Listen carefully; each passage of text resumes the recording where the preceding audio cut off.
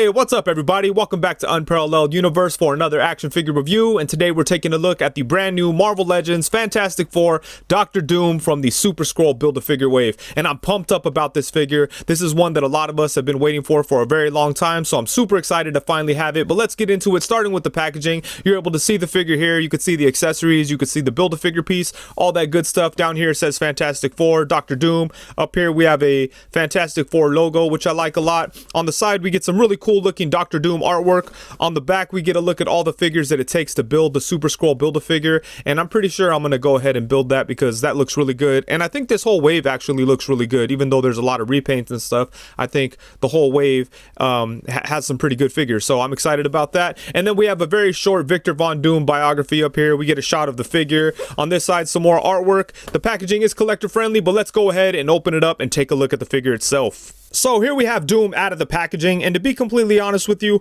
I'm a little disappointed, and the reason why is because I feel like Hasbro has been lying to me for years, because I never thought that they could give us a Dr. Doom figure this good. They've tried a couple times in the past and they weren't very good, and I didn't think they had it in them, but god damn it, they killed it. This thing is incredible. I'm so happy with the way this figure came out, and I know me saying this right now kind of sucks the suspense out of the review, but that's okay. I just want you guys to know that I'm so excited about this figure, and you know, holy crap, man, they did such a good job. And for me, the perfect Dr. Doom figure would have a bunch of soft goods. You know, that would be awesome. That would be ideal, because then he could sit down and all that good stuff. But Hasbro doesn't do that. So considering this is what Hasbro does, I think that this is the best version of Dr. Doom they could have ever given us, and I'm completely happy with that because they just did such an incredible job on this thing.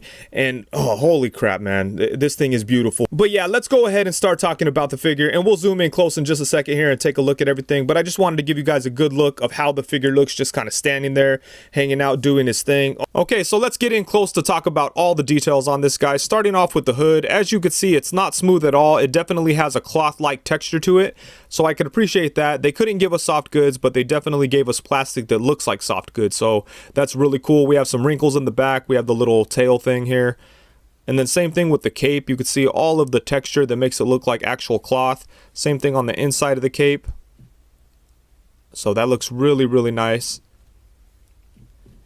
And then for the face, this is the face that comes on the figure inside of the box. And it's a more modern looking Dr. Doom, but man, I love it. Even though it's more modern, it still feels classic Dr. Doom to me, and I like it a lot. You can see the eyes in there. He does come with the straight up classic Dr. Doom face sculpt, and I like this one a lot too, but I don't know if you can tell, but the face plate is kind of shifted over on the actual face, so the mouth doesn't look quite right, the eyes aren't lined up quite right, but you know, I keep trying to shift it over. It's soft plastic, and maybe with some time I could get it right, but yeah, look at that, it's like soft plastic. But that mouthpiece should definitely be centered. But anyways, back to the figure here. So we have these things here, I forget what they're called, but these gold chains that kind of hold the cape together. And there's a little bit of paint missing. You can see that they're mostly green, so I might have to hit that with some paint. And then the shirt has that cloth type look again. Has some sculpted wrinkles in there that look good. I do have like a little mark on mine right there, not a big deal though. The belt looks really cool. And I really like this belt buckle. It kind of looks like a D, but not straight up, so that's really nice. And this belt is really cool, actually. Goes all the way around. Oh, he's got the jetpacks back there. Awesome. But yeah, the belt looks cool. He's got his gun holster that has the D on it. And the gun was already in the gun holster, so kind of a surprise there. Let's take that out real quick. There we go. Fits in there very nicely. It's a little bit warped, but yeah, that looks really good. And then his tunic thing continues with the same pattern as the rest of the figure. And yeah, that stuff just looks really good. Now let's talk about all these armor pieces, because that's where I feel like Hasbro went like above and beyond. Look at that. Like, check this out right here. It looks like there's actual chainmail sculpted onto the ball joint, so that's really cool. And then there's like this armor plate on the top. Some more armor, and then some straps holding the armor together, and I really, really love that. That is crazy. That's like an unnecessary detail. They didn't really have to put it in there, but it definitely adds a lot to the whole design. I really, really love that. And then look, more like chainmail effect on the inside of the joints there. That is crazy, man. I never thought Hasbro would go that far with sculpting anything. Man. But yeah, look at that. Then the like forearm glove gauntlet thing looks really cool. There's like some studs in there. And then down into the legs, you know, they're mostly blocked by his skirt thing, but let's take a look here. Look at that. Some more straps, some more sculpted chainmail on joints that you don't even see. Oh man, that's crazy. Look at that. Oh dude, I love the sculpt on this thing so much. They did such an incredible job on this thing, and it does kind of have that like weird metal effect that Hasbro tries to do, but I think this is probably one of the cases where it was actually successful. It does look like metal. I mean, it doesn't straight up look like high quality import figure metal or anything like that, but you know, it definitely sells the illusion of metal plates all over this guy, so I'm happy with it, man. But yeah, check that out. They did such an incredible job with this figure. I'm blown away that this figure came from Hasbro. And I'm not saying that like Hasbro's bad or anything, but you know, there's a certain level that they give us, and I feel like this figure is beyond that level. But anyways, let's take a look at this here. Check out the sculpting on his cape, like clasp things. I don't know what you want to call these, but there's actual sculpted details in there. And the gold looks nice, but like I said, mine missed the paint on the bottom of the chain, so I might have to hit that with some paint. I don't know if I have a gold that matches that handy, but still, you know, whatever, it happens. But yeah, this thing looks really, really nice. And before we move on, here's a quick look at Dr. Doom with the classic Doom head on, and that looks really good too. I just wish that the faceplate was lined up the right way, but you know, it's not really too big of a distraction. I mean, I'm kind of okay with it. I'm gonna keep trying to shift it over, and hopefully it gets to the right position eventually, but still, I do think that this looks really good, and it's a pretty much perfect Dr. Doom or classic Dr. Doom head sculpt, so I like that a lot. So aside from the two heads, as I mentioned, he also comes with this little pistol, and he is able to hold it without any problems. And I think it's a cool little gun, but it's very soft plastic, so it seems like it could get warped very easily. So you want to be careful how you store that. And while he's holding the gun, I do want to mention that on the trigger finger hand, he has the up and down vertical shooter hand movement. So I like that a lot, and it gets some really good range. Check that out. So that's always cool when they do that. And aside from that, he comes with two sets of hands. First off, we have a set of hands that has a gripping hand and then an open dramatic hand. And then he also comes with a pair of fists. And then now for some quick size comparisons, we have Dr. Doom hanging out with his best friend, and that would be the Walgreens exclusive Marvel Legends Mr. Fantastic and Marvel Legends Invisible Woman. Next up, we have him alongside the Marvel Legends Walgreens exclusive Thing and Human Torch. And then here we have him alongside the Walmart exclusive Black Panther and then the Marvel Legends Namor from the Black Panther wave. Here we have him alongside the Marvel Legends 80th Anniversary Iron Man and Captain America. Next up, we have him with the Marvel Legends Pizza Spider-Man and Marvel Legends Bucky Cap. Here we have him with the classic Marvel Legends Toy Biz Dr. Doom and then the Sentinel Extremis Armor Iron Man. I think that company's called Sentinel. I can't remember, but I like that figure a lot. And then here we have him alongside the Marvel Legends Silver Surfer from Hasbro, and then the Tiger Stripe Wolverine, Marvel Legends from Hasbro as well. And then here we have him alongside the NECA Shredder, and then the Black Series Boba Fett. And then next up, we have him alongside the Marvel Select Thanos and the Hasbro Lightning Collection Lord Dracon. And now for the articulation, I went ahead and took off the cape so we could see the full range of everything that we have going on here. And that's what really made me excited about this figure. Once I finally had it in hand and I started to mess with it, I was really surprised with what they did with the articulation. So let's go ahead and get into it. First off, for the head, they did something here that I've never seen on a Marvel Legends figure. So the lower neck is actually like a ball joint that sticks into the torso. So you get some movement at the lower neck. You know, it's not very much right there, but it's some.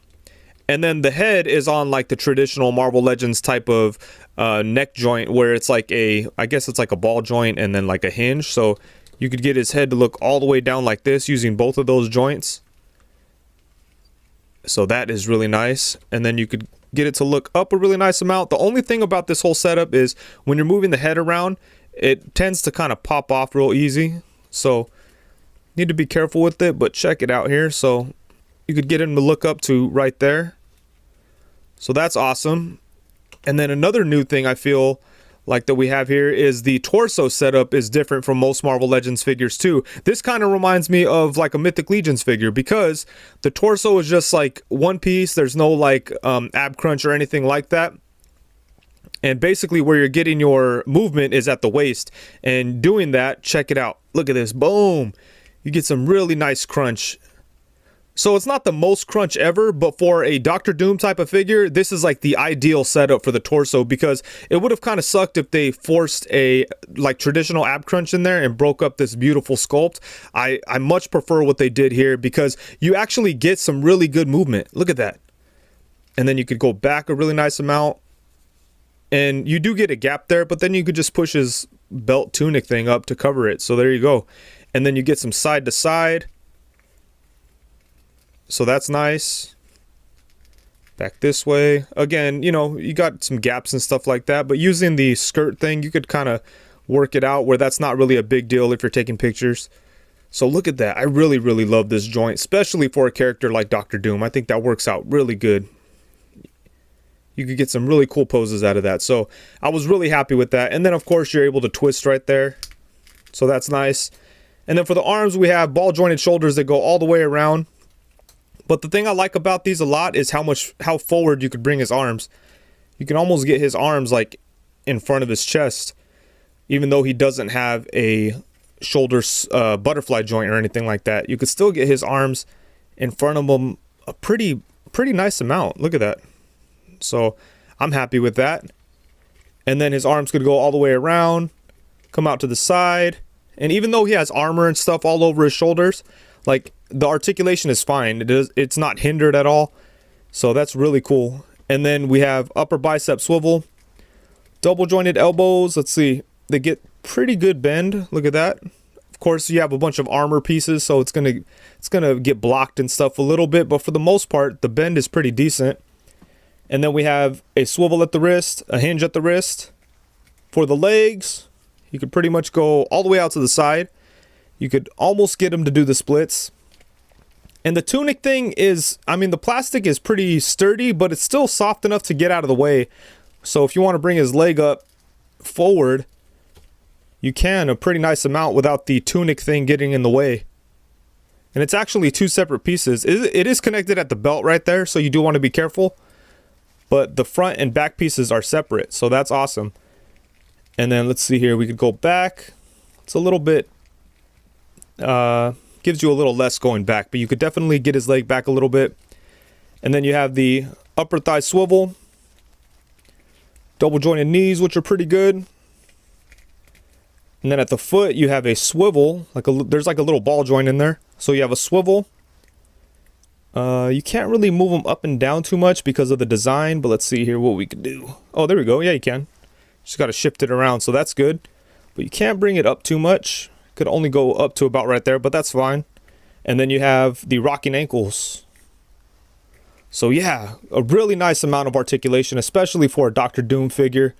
You know, he doesn't necessarily need all that much articulation. So what he has here is like perfect. I'm really happy with the articulation setup. Okay, so overall, and I realize this is not a huge surprise or anything, but I absolutely love this figure. I think that Hasbro did an incredible job with it, and it feels so good to finally have a really good Doctor Doom figure. I do have the Toy Biz one, and I have always liked that figure, but you know, I always felt like it was just the stand-in. All this time, I was like, man, someone's got to make a better Doctor Doom. Finally, Hasbro has come along and done it. Hasbro has already made a couple of Doctor Doom figures. They had one in the Epic Heroes wave, and then they also had one in the Fantastic Four Ronin Build-A-Figure wave, and those were basically the same figures, just with slightly different colors. And even though those figures were okay, they were never as good as the Toy Biz version. So the Toy Biz version has been the one in my collection all these years, and he's good, but he's nowhere near the quality of this Doctor Doom figure. Hasbro just absolutely murdered it. They did such a great job. The detail is mind-blowing, because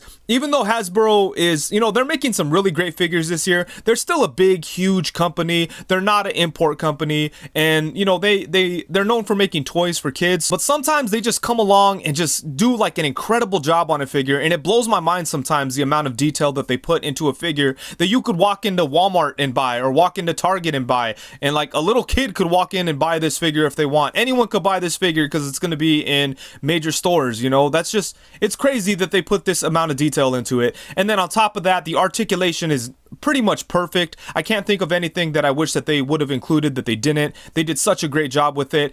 The accessories are pretty cool. I mean, he comes with basic stuff, but I feel like it's enough for Doom. And as much as I love this Doom figure, I feel like I still want to get one that has all soft goods. So hopefully one day Mezco will come along and make a Doom figure. I think that'll be awesome. But this guy will always have a place in my collection because, I mean, I'm blown away by how good this figure is. I'm so happy with it. As far as the flaws go, there's no real like flaws, but there's a couple of QC issues. Like I said, some of the paint isn't very well done on the chains, and then on the alternate head, the faceplate is a little off. But aside from that, man, they just absolutely killed it, man. They did such a great job. But anyways, I think that's it. Thank you so much for watching. Please be sure to leave a comment, like the video, subscribe, all that cool stuff. If you want to support the channel, be sure to use the Amazon links in the description below, or you can buy an Odious head. And speaking of the Odious head, I have a couple of variants coming out pretty soon. One might be available next week. We'll see. But here's a quick picture of that just so you could get an idea. And I do plan to take some good pictures and post them on Instagram. So make sure to follow me on Instagram. But that's it. Thank you so much for watching. Hope you guys have a wonderful day. Peace.